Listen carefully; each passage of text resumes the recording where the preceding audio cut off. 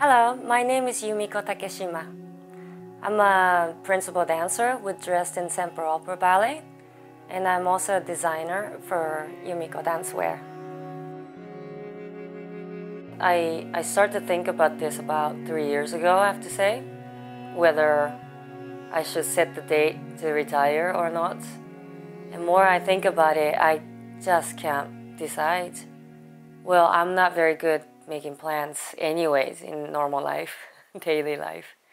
But I said to my director here one day that I hope you won't be surprised if I tell you that I'm going to quit tomorrow. And he said, no, you can't do that to me. He says, you have to tell me, maybe we can do some show for you. And I said, I don't think I can ever decide if I'm going to quit in 1 year or... I do have a hard time deciding that. But I know I would have to eventually. But maybe if I can slow down a little bit so that I'm not doing 8 hours a day anymore, maybe just really choose to dance, what to dance. That would be really nice. We'll see. Actually, there was a ballerina in Dutch National Ballet who used bits of it because she always had so much pain in her big toe that she put it around her big toe. And when I saw that, I thought, fantastic. I use it all over my toe then. So I just wrapped it around my toe and started dancing on Pointe with it. And at the beginning, it popped so much that it was really annoying that I could hear pop while I'm dancing. And I thought, ooh, maybe that's not good. But little by little, I start to discover a better brand for bubble wrap. There's some stronger brand that it doesn't pop all the time, or I don't even hear that it's popping. And when I start to wear it, it was actually amazing because I had no pain in my toe, which I never like to feel, my feet on the floor. And I also felt more secure jumping in the pointe shoes. It was weird.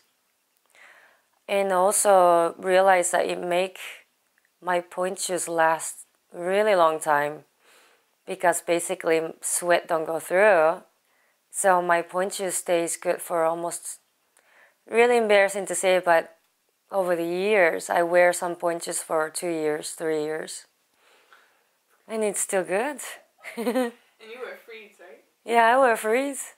Yeah, it's incredible. I wore 5 pairs of pointe shoes last season. It's actually really good. I save a lot of money for company. I don't take class. Talk about that. Well, I don't know since when, but for a long time I'm not very good in taking class. Also, I have to say that when I used to audition all over, everywhere, I auditioned so many companies trying to get a job.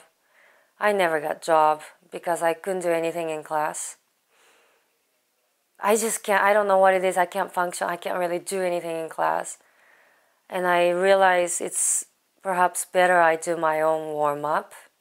But there are a lot of great teachers out there, and sometimes, yes, I like to be influenced, with what they're doing, what the latest technique is. So once in a while, I really like it, but I just can't seem to do it every day. And I also know in my body, I'm not very good with dancing too many hours. So I try to focus in shorter time, warm up really fast, and also try to really focus in short time rehearsals. So I don't keep repeating things over and over.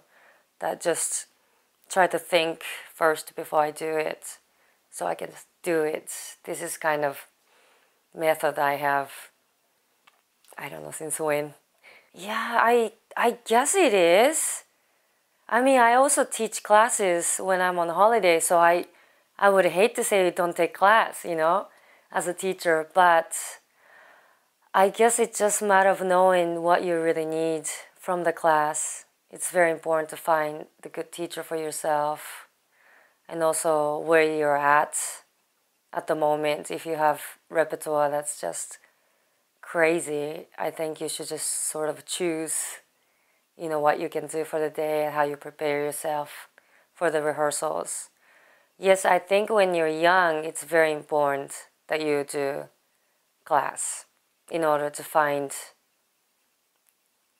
the strength, but also to find your coordinations and to find your personality even, I think, just by doing, repeating. This is very important, I think.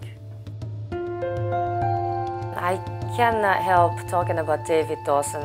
David Dawson used to be my partner as a dancer quite a lot in Dutch National Ballet. We danced everything together, and 2 years later he came back as a choreographer. And it was such an amazing meeting again, him being a choreographer, because at that point I was a little bit losing my passion as a dancer.